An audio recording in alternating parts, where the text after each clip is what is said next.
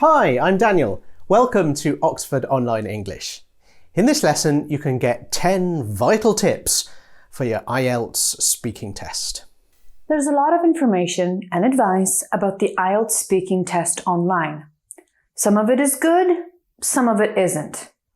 Much of it is similar. However, after working with hundreds of students who were taking IELTS, we discovered there was a lot of information which isn't easy to find online from official sources or not. We got feedback from students of ours who took the IELTS speaking exam, and we also interviewed several IELTS examiners. Based on this, we've put together these 10 tips. We chose these 10 points because they're things which aren't easy to find information about, or because they're points which are often misunderstood. Are you looking for an IELTS teacher? Check out our website, oxfordonlineenglish.com.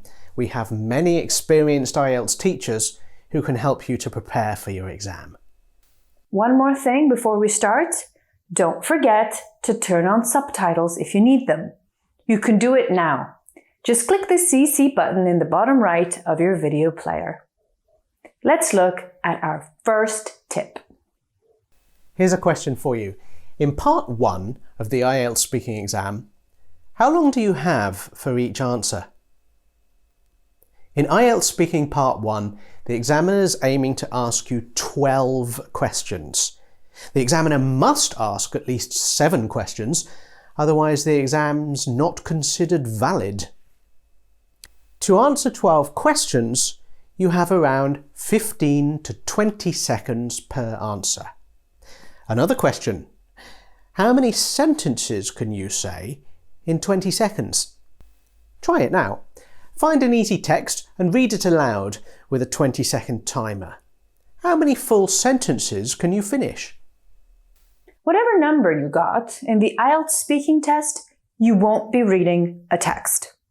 So your number will be lower. Many students we meet find it difficult to get through more than 1 or 2 full sentences in this time. Common IELTS speaking advice is develop your ideas, give longer answers, and so on. That's not wrong, but it's not the full picture either. You don't have time to make a very long answer. Even a highly fluent speaker can't say that much in 20 seconds. And 20 seconds is the maximum. Okay, it's not like the IELTS examiners are timing every answer you give, but they will be controlling the time tightly. By the way, this is similar in part 3 of the speaking test. So, when you're practicing, use a timer. Limit your answers to 20 seconds. Don't practice huge long answers which take you a minute to get through. If it's difficult for you to get through more than 1 sentence in 20 seconds, practice for speed with a timer. How much do you think the examiner will interrupt you in your IELTS speaking exam? And does it mean that you did something wrong? The examiner might interrupt you for many reasons. We get feedback from IELTS students who are surprised at how much the examiner interrupts. Some people even get annoyed. The examiner wouldn't let me speak. There are many reasons the examiner might interrupt you, and not all of them are problems. The examiner will interrupt you if your answer is too long or if your answer is off topic. In parts 1 or 3 only, because the examiner can't interrupt you in part 2. The examiner will also interrupt you in part 3 if you give personal examples rather than talking generally. The examiner might also interrupt in part 3 for a positive reason. Your answer is strong and the examiner wants to move on to more challenging topics. Here's the thing. You might not know why. The examiner won't generally tell you, but you should be ready for it. Should you be worried? Not necessarily. There's only one of these points which is a problem, and that's going off topic. We'll cover that in more detail in tip number 8. There are many popular IELTS videos on YouTube about how to greet the examiner. Don't worry about it. It isn't assessed. It's not part of your score. It doesn't count as part of the exam time. Sure, it's a good idea to use this time to warm up, try to get comfortable, and remind yourself of basic good habits. Speak in full sentences, give full answers, and so on. But it's not assessed. You can make a huge mess of it and it won't affect your score at all.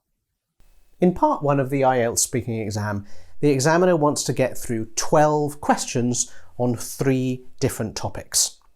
The second and third topics could be almost anything, but the first topic, meaning the first 4 questions, is always one of 2 things: where you live or what you do. Generally, it's not a good idea to try to guess questions or memorise answers, but you should prepare to talk about these topics: your house or apartment, your hometown, your job, or your studies. Listen carefully to the form of the question. Many students we meet mishear or mix up home and hometown. If in doubt, ask the examiner to repeat.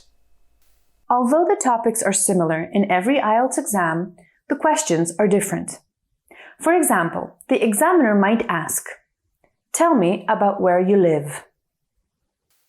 "Tell me about your home." "Do you live in a house or an apartment?" "Describe your house or your apartment." These questions are similar, but not exactly the same. Tell me about where you live is broader. You could talk about your home or the town or city where you live. Tell me about your home is specifically about the house or apartment you live in. Do you live in a house or an apartment is a more focused question, and you could give a shorter answer. Describe your house or your apartment is more open and requires a more detailed answer. So, listen carefully to the exact words of the question. In part 2, you have 1 minute to prepare your answer. Then the examiner will say this. All right? Now, remember you have 1 to 2 minutes for this, so don't worry if I stop you. I'll tell you when the time is up. Can you start speaking now, please? Your time starts when the examiner stops speaking. When we prepare English learners for part 2, they're often slow to start. Sometimes people need another 5 to 10 seconds to get their thoughts together and start their answer. This is a problem for 2 reasons. First, you're wasting your speaking time. More seriously, if the examiner decides that your pause is because you're trying to find the words and sentence patterns you need, this will have a major effect on your fluency and coherence score. A pause of 5 seconds or more anywhere in your IELTS speaking test limits your fluency and coherence score to band 4. During part 2, when your preparation time is finished, you don't need to listen to what the examiner says. It's the same in every exam. You do need to be ready to go. Make sure you're ready to start speaking when the examiner finishes. How long should you speak for in part 2? There are different opinions about this. Some people advise trying to speak for the full 2 minutes. We advised aiming for 90 seconds in a video we made previously. The truth is that it doesn't really matter. Speaking more is generally better if you have ideas and can express them clearly.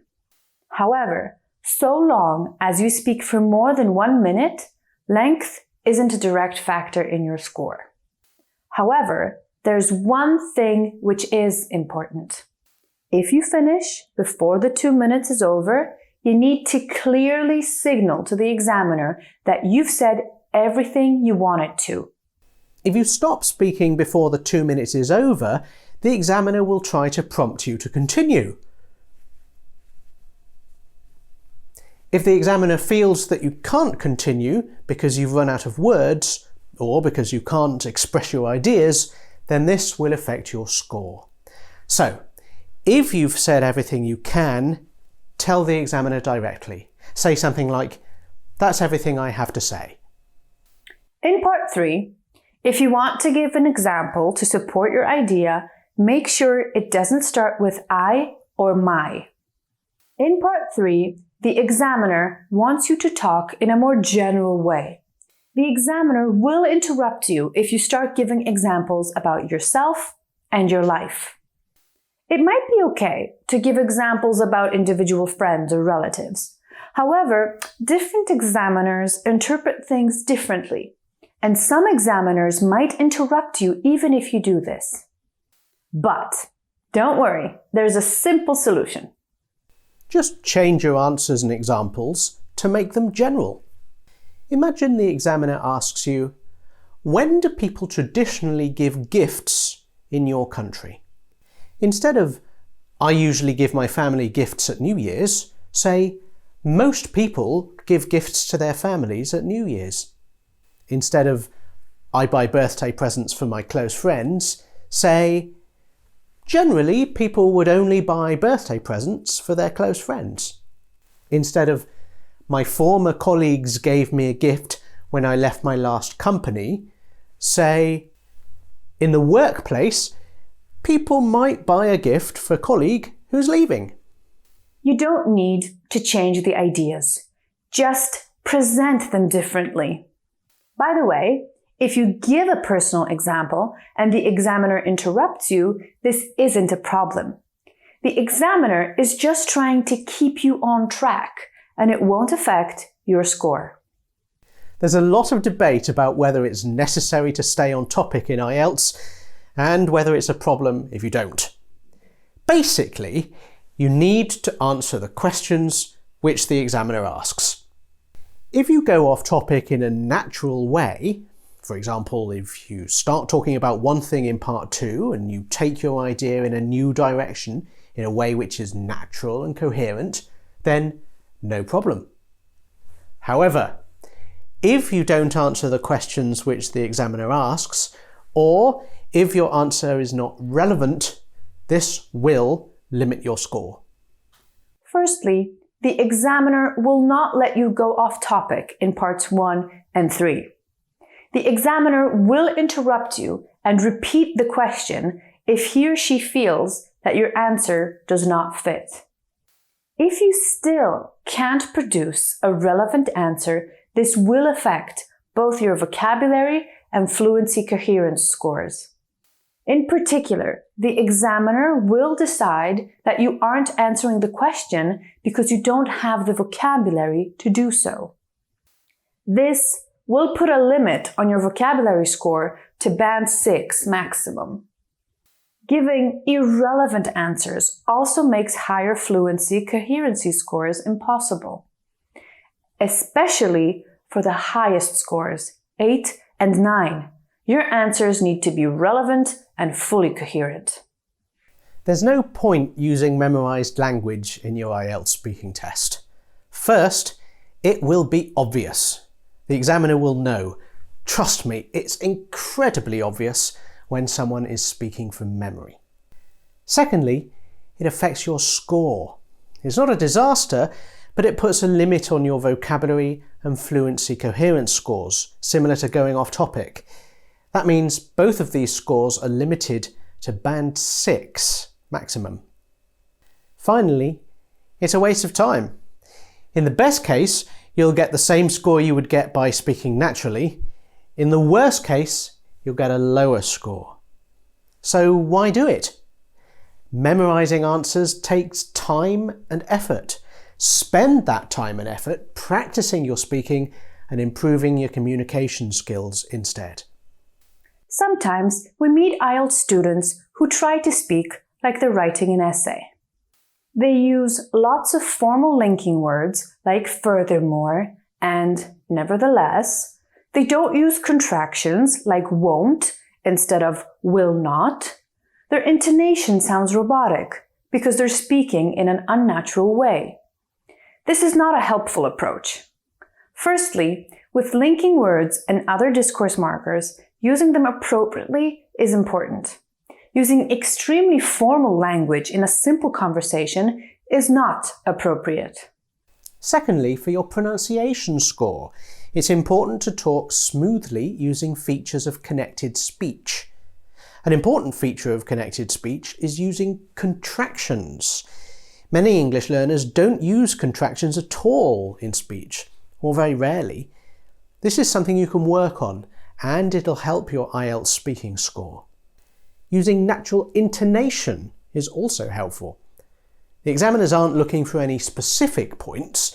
They don't have time to focus on every detail of your pronunciation, but they will consider the overall effect. Focusing on intonation and trying to copy the intonation of native level speakers can help you here. Those are our 10 tips. What about you? Have you taken an IELTS speaking exam recently? Do you have any of your own advice to add? Please share your ideas in the comments. Good luck if you have an IELTS exam coming up soon. Thanks for watching! See you next time.